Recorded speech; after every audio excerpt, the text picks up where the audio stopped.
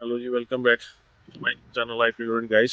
फिलहाल मैं अभी कनाडा में हूँ, मैंने आपको बताया था। करंटली मैं अभी मिसिसागा में हूँ, टोरंटो में। तो आज ही एक नई न्यूज़ आई है अभी सुनने के लिए कि 2000 के नोट जो इंडिया में बैन हो गए हैं। बैन मीन्स अभी उसको रिफंड करने की कोई डेट रखी गई है। एग्जैक्ट डेट तो मुझे नहीं पता, बट समवेयर सितंबर में है। तो चलिए, वो तो इंडिया की बात हुई, अब कर लेते हैं कनाडा की बात, क्योंकि कनाडा में आए। तो मैं आपको बोल रहा था कि कनाडा में आके इस टाइम भी अगर किसी को आना है या वर्क परमिट्स अपने लेने हैं तो बहुत सारे स्कोप्स अभी हैं यहाँ पे, और इजीली जॉब्स अवेलेबल है। हाँ, लेकिन अगर आप ये सोच के आएंगे मेन आपको सिर्फ मेन सिटी में टोरंटो वगैरह में या ब्रैम्पटन या मिसिसागा इस जगह पे आना है तो थोड़ी सी आपको डिफिकल्टी होगी। अदरवाइज अगर आप रिमोट लोकेशंस पे रिलोकेट होने के लिए रेडी हैं तो बहुत सारे यहाँ पे वर्क परमिट्स के आपके लिए ऑप्शंस अवेलेबल हैं। सो बेटर वे जो है, लोग बार बार पूछते हैं कि सर हमें यहाँ पे आना है, कनाडा आना है, वर्क परमिट पे आना है। तो अगर आप इंडिया से बैठ के देखिए अप्लाई करेंगे तो आई डोंट थिंक सो कि आपको मिलने के कोई चांसेस हैं। और सॉरी, बहुत हवा बहुत तेज चल रही है, थोड़ी सी अगर आपको डिस्टर्बेंस आ रही होगी तो प्लीज़ थोड़ा कॉप अप करिएगा। तो मैं आपको ये बता रहा था कि अगर हाँ आपको इंडिया से बैठ के अगर आप अप्लाई करेंगे तो चांसेस थोड़े से कम ही है। बट उसके लिए सेकंड बात मैं आपको ये बता सकता हूँ कि अगर आपको यहाँ पे आना है तो आप टूरिस्ट वीज़ा लीजिए। यहाँ पे आप विजिट वीज़ा अप्लाई करिए कनाडा का। फाइल को अपनी स्ट्रॉन्ग करिए, फाइल को स्ट्रॉन्ग करके आप विजिट वीज़ा को अप्लाई करिए, यहाँ पे आइए। और यहाँ पे आके फिर विजिट को आप वर्क परमिट में इजीली कन्वर्ट कर सकते हैं। और ये कोई ऐसा रूल नहीं है कि जो हम लोगों ने बनाया है या फिर यहाँ हम लोग आपको ऐसे बता रहे हैं। ये गवर्नमेंट, कैनेडियन गवर्नमेंट का एक रूल है जिसको उन्होंने 2020 में इम्प्लीमेंट किया था, और फिर एक एक साल करके इंक्रीज कर रहे थे। और अभी जो इन्होंने इसको इंक्रीज कर दिया है डायरेक्टली, इन्होंने 2025 फरवरी तक इसको इंक्रीज कर दिया है, क्योंकि एक्चुअली यहाँ पे मैन पावर शॉर्टेज बहुत है। बट आपको यहाँ पे लीगल होना चाहिए। टूरिस्ट पे आपको इस तरह से जॉब नहीं मिलेगी, लेकिन हाँ ऑफकोर्स आप वैसे ले सकते हैं आप। तो बेटर वे ये है कि आप विजिट वीज़ा किसी भी तरीके से यहाँ का लीजिए, और उसके बाद आप यहाँ पे आके आप उसको अप्लाई करिए, वर्क परमिट के लिए उसको कन्वर्ट कराने की कोशिश करिए। तो आप, बहुत सारे लोग कहेंगे कि हम तो कभी ट्रैवल किया ही नहीं हमने, तो किस तरह से चीज़ें हो सकती है, रास्ता हो सकता है। ऑफकोर्स देखिए, पहले आपको प्रोफाइल अपनी इंडिया में स्ट्रॉन्ग करनी पड़ेगी किसी भी देश का टूरिस्ट वीज़ा लेने के लिए, सबसे पहली बात। तो उसके लिए आपको जो मस्ट डॉक्यूमेंट्स है सर, आप आईटीआर आईटीआर आपकी स्ट्रॉन्ग होनी चाहिए पहली बात। बैंक बैलेंस आपका स्ट्रॉन्ग होना चाहिए। और जो भी बिजनेस के डॉक्यूमेंट्स, अगर आप बिजनेस कर रहे हैं तो वो आप बिजनेस को अपना रजिस्टर कराइए सबसे पहले। तो बिजनेस को रजिस्टर करा के उसके अकॉर्डिंगली अपने करंट अकाउंट्स ओपन करिए। अगर आपको करंट अकाउंट की जरूरत है, अगर आपको सेविंग अकाउंट है तो सेविंग अकाउंट को अपना स्ट्रॉन्ग करिए। ये तीन चार चीजें करने के बाद डायरेक्टली अगर आप अप्लाई करेंगे कनाडा का वीजा तो देखिए बिल्कुल नहीं मिलेगा। और बहुत सारे लोग ये बोलते हैं कि हाँ जी ट्रैवल हिस्ट्री मैटर करती है लेने के लिए। ऑफकोर्स ट्रैवल हिस्ट्री मैटर भी करती है, लेकिन इतनी भी नहीं है कि बिल्कुल आपका नहीं है तो नहीं मिलेगा। तो दो तीन ऑप्शंस जो आपके पास अवेलेबल है, उसमें सबसे पहली ऑप्शन ये है कि या तो आपके पास कोई स्पॉन्सर होना चाहिए कनाडा के अंदर। अगर आपके पास कोई अच्छा स्पॉन्सर है कनाडा के अंदर जिसकी खुद की इनकम अच्छी है। अब स्पॉन्सर का मतलब ये नहीं है कि वो यहाँ पे 3-4 हज़ार डॉलर तो वो खुद कमा रहे हैं, क्योंकि देखिए यहाँ 3-4 हज़ार डॉलर अगर आप खुद कमा रहे हैं तो उसकी वैल्यू यहाँ पे इतनी है नहीं। क्योंकि अगर आप यहाँ पे आएंगे तो यहाँ पे जो आपकी कॉस्ट ऑफ लिविंग है वो ऑलरेडी बहुत सारी इंक्रीज हो चुकी है यहाँ पे पिछली बार के मुकाबले में।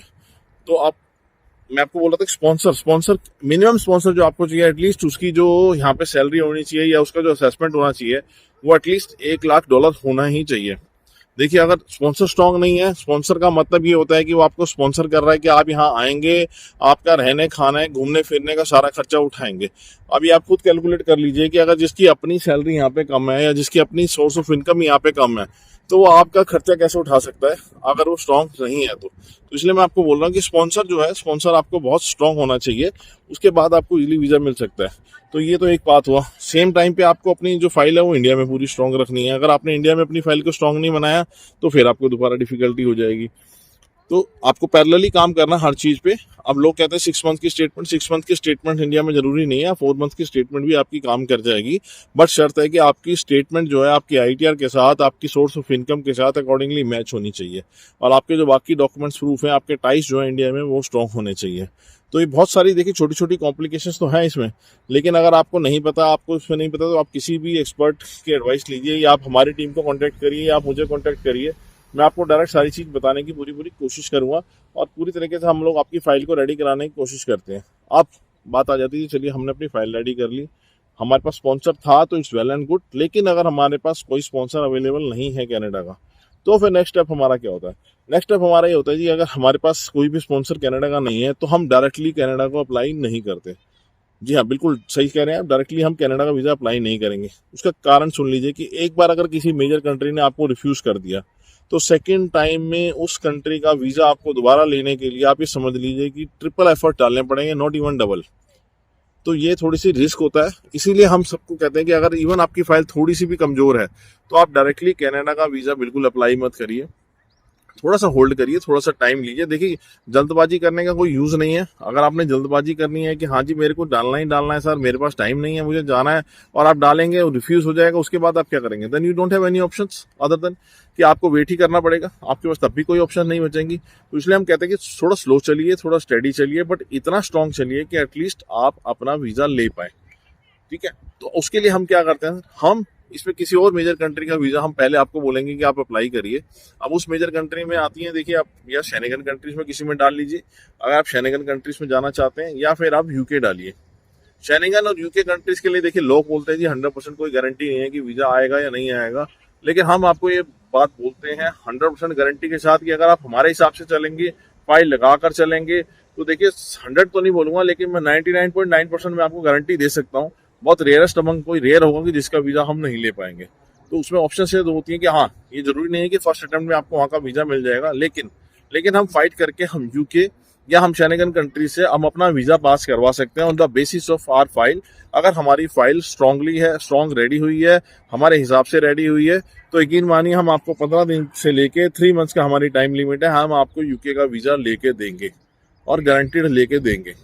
अब सेकंड ऑप्शन आपके ऊपर आ जाती है कि एक बार आपने यूके ले लिया, तो आप यूके ट्रेवल होके आना चाहते हैं, उसके बाद कनाडा अप्लाई करना चाहते हैं, या फिर हम उसको इस तरह से भी प्रेजेंट कर सकते हैं कि हम लोग कनाडा और यूके इकट्ठे एक ही टूर में कवर करना चाहते हैं, क्योंकि ऑलरेडी हमारे पास एक यूके बड़ी कंट्री का वीजा होगा। और यूके यकीन मानिए यूके बड़ी कंट्री है, UK is not a small country.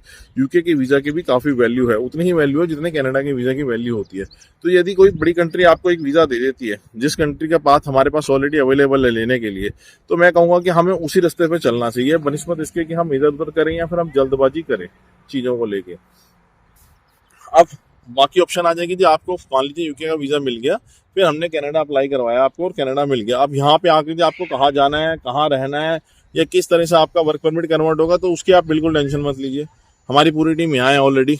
इस बार भी जब हम आए हैं तो हमारे साथ काफी सारे लोग आए थे ऑलरेडी, उसमें से आधे लोगों का विजिट टू वर्क कन्वर्ट हो चुका है और बाकी ऑलरेडी आधे प्रोसेस में है। तो देखिए यहाँ पे रिक्वायरमेंट तो बहुत है लोगों की, लेकिन आप कंडीशन मत रखिएगा कि मेरे को यहाँ पे आके इसी जॉब में चाहिए या उस जॉब में चाहिए। कंडीशंस नहीं है, आपका वर्क परमिट 101% कन्वर्ट हो जाएगा अगर आप यहाँ पे आ जाते हैं। तो क्योंकि मैन पावर की जो रिक्वायरमेंट है कनाडा का बहुत ज़्यादा है, बहुत बहुत ज़्यादा है, मैं आपको ये बताऊँ, और इजीली आपका वर्क परमिट लग जाएगा। अब वर्क परमिट लगने के देखिए 2-3 फायदे, जो मैंने आपको बोला कि रिमोट लोकेशन में आप जाते हैं। पहली बात तो अगर आप कोई भी रिमोट लोकेशन में चले जाते हैं जो अदर देन मेजर सिटीज हैं, वहां जाके आपके जो पीआर के चांसेस होते हैं वो इंक्रीज हो जाते हैं, और जो पीआर का टाइम, एक्चुअल टाइमिंग जो आपको लगना था उस टाइम से बहुत जल्दी आप अपनी पीआर को अप्लाई कर सकते हैं। That depends on your job और योर ट्रेड, कि किस ट्रेड किस जॉब में आप लगे हैं। अगर आप स्किल कैटेगरी में आते हो तो यकीन मानिए आप अगर किसी रिमोट में या रूरल एरिया में आप जाते हैं तो हार्डली 6 मंथ्स के बाद आप अपनी पीआर भी अप्लाई कर सकते हैं। अब बहुत सारे लोगों को ये ऑप्शंस नहीं पता है, लोग कहते हैं ये पॉसिबल ही नहीं है, लेकिन आप खुद जाइए गूगल पर सर्च करिए। मेरी बात भी में यकीन मत करिए, किसी और की मत करिए, आप अपने इंटेलिजेंस पे यकीन करिए। Go and search and find out कि रूरल में, अगर किसी भी रूरल में कनाडा में आप जाते हैं and if you spend 6 months, are you eligible for the PR और नॉट। तो खुद से रिसर्च करिए, किसी पर ट्रस्ट मत करिए। और सबसे इंपॉर्टेंट बात मैं फिर बोल रहा हूँ कि बहुत सारे एजेंट्स, बहुत सारे इमिग्रेशन बोर्ड लगा के बैठे हुए हैं पूरे नॉर्थ इंडिया में बैठे हुए हैं, मैं किसी के नाम तो नहीं लूंगा, बहुत सारे फ्रॉड्स कर रहे हैं। तो किसी फ्रॉड्स के पास मत जाइए। सबसे पहले तो जाइए उनकी प्रोफाइल को खुद चेक करिए कि भाई उनकी प्रोफाइल, अपनी प्रोफाइल कितनी स्ट्रांग है। जिसकी अपनी प्रोफाइल स्ट्रांग नहीं है, जो खुद कभी ट्रैवल नहीं करा बाहर, वो आपको किस तरह से गाइड करेंगे या क्या करेंगे। आप खुद समझदार हैं। अगर आप दिल्ली में या पंजाब में या हरियाणा में अगर आप रहते हो और आप किसी रोड पे खुद ही नहीं गए, तो आप मुझे किस तरह से गाइड कर सकते हैं कि ये रोड कहाँ पे जा रही है। तो प्रैक्टिकली मेरा व्यू यही है कि आप सिर्फ उसी एजेंट्स के पास जाइए, उन्हीं एक्सपर्ट्स लोगों के पास जाइए जिनके पास जाने से आपको कोई बेनिफिट मिल सकता है, या उनको खुद से नॉलेज है कि वो आपका काम करा सकते हैं और वो ट्रस्ट वर्दी हैं। देखिए, इसीलिए मेरा वीडियो बनाने का ये मकसद यहाँ पे यही है, क्योंकि बहुत सारे लोग बोलते हैं कि किस तरह से होगा गिफ्टर्स। देखिए, अगर आप इंडिया में बहुत वेल सेटल नहीं है और आपके लिए वहाँ पे सोर्स ऑफ इनकम बहुत लेस है, तो देखिए पैसा तो बहुत है कनाडा में। आप मेहनत करने वाले होने चाहिए, क्योंकि यहाँ पे स्किल्स, जो स्किल कैटेगरी है, राइट, यकीन मानिए कि स्किल कैटेगरी के लिए इतनी जॉब्स अवेलेबल है यहाँ पे, इतनी जॉब्स अवेलेबल है कि आप खुद थक जाएंगे। और इतना काम है कि मैं आपको छोटा सा एक एग्जांपल देता हूँ। हमारे कोई एक फ्रेंड है जो, उनके साथ कोई एक और आए हैं जो प्लम्बिंग का काम करते हैं। तो गाइस यहाँ आने के बाद प्लम्बिंग के काम की मैं आपको वेट टाइमलाइन बताता हूँ। अगर आपको अपने घर में कोई प्लम्बिंग का काम कराना है तो आपका वेट टाइम जो है वो 7 डेज का है guys. 7 days is for your weight time plumbing के काम का। तो अब आप समझ पा रहे हैं, 7 दिन का वेटिंग टाइम सिर्फ एक प्लम्बर की जॉब के लिए है जिसमें हार्डली वो कराना है। और उसके विजिट चार्जेस, अगर एक बार प्लम्बर आपके घर पे आते हैं, यहाँ पे आपके हाउस पे आते हैं, कोई भी चीज वो रेक्टिफाई करते हैं, तो उसका जो चार्जेस है गाइस $400 to $500 है। बिल्कुल सही, $400 to $500। तो आप इस तरह से मैं आपको बता रहा हूँ कि अगर आप इंडिया से आना भी चाहते हैं, अगर आपको अभी कुछ नहीं आता, थोड़ा सा कोई टेक्निकल नॉलेज ले लीजिए। प्लम्बिंग का काम हो गया, इलेक्ट्रिशियन का काम हो गया, 2 4 5 6 महीने आप स्पेंड कर लीजिए। ये छोटी छोटी जो चीजें हैं इससे आपको बहुत ज्यादा फायदा मिलेगा। सॉरी अगर मेरी वॉइस में थोड़ी सी डिस्टर्बेंस आ रही होगी क्योंकि हवा बहुत तेज चल रही है यहाँ पे, तो प्लीज सॉरी। तो और किसी भी तरह का कोई आपका क्वेश्चन होगा तो आप बताइएगा। आप ये वीडियोस में जानबूझ के अनकट बना रहा हूँ ताकि मैं आपको वो सारी इन्फॉर्मेशन पढ़ के नहीं बताना चाहता, या मैं आपको वो नहीं बताना चाहता कि मैं वीडियो को पॉज करता हूँ, रोकता हूँ। जो लोग बनाते हैं या ऑफिस के अंदर बैठ के अपने वीडियोस बना देते हैं कि ओके जी फाइल जी हम भी भेज रहे हैं कनाडा, और कनाडा में आप जाइए, ऐसा है वैसा है गाइस। इसलिए मैं आपको प्रेजेंटली ओपन में ये वीडियो बना रहा हूँ, जो है लाइव है, सब कुछ आपके सामने है, वट एवर इज देयर। मेरे पीछे स्कूल बस जा रही है, मैं आपको भी दिखा देता हूँ। ये देखिए, तो presently I am in the Mississauga city, one of the major city of the Ontario. तो मैं यहाँ पे हूँ आपको। और अगर आपको भी कनाडा आना है तो फटाफट उठाइएगा, मुझे मैसेज करिए, हमारी टीम को कॉल करिए, जी है वीजा सॉल्यूशंस। तो हम पूरी तरह से आपकी हेल्प करेंगे। और नहीं तो डोंट वरी, मेरा काम था आपको एक गाइडेंस देना ताकि आप यहाँ आए तो आप यहाँ के परेशान ना हो।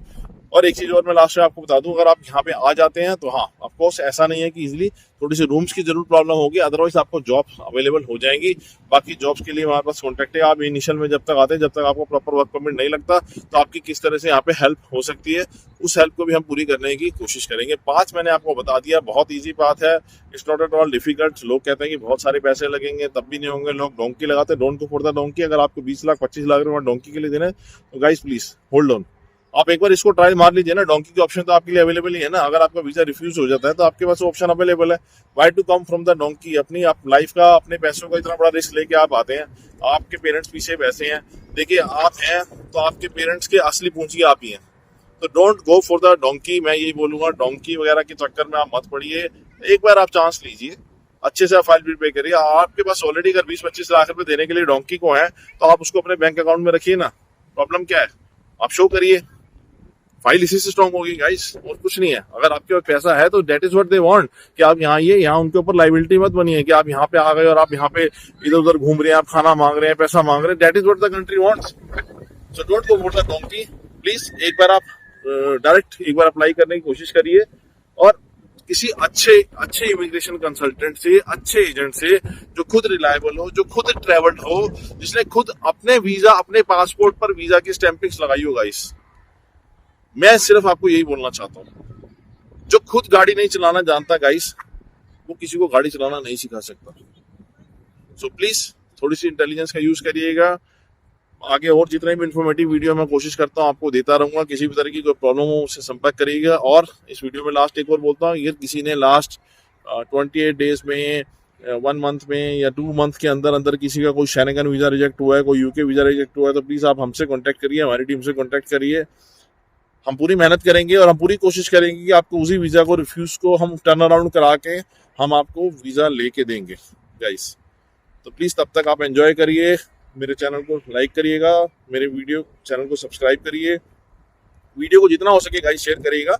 हो सकता है किसी ना किसी की हेल्प हो पाए। कोई भी किसी भी तरह का क्वेश्चन है गाइस, प्लीज आप most welcome, any point of time आप कमेंट करिए, मैं उसका रिलायबल जवाब दूंगा। So thank you, bye, good bye, take care.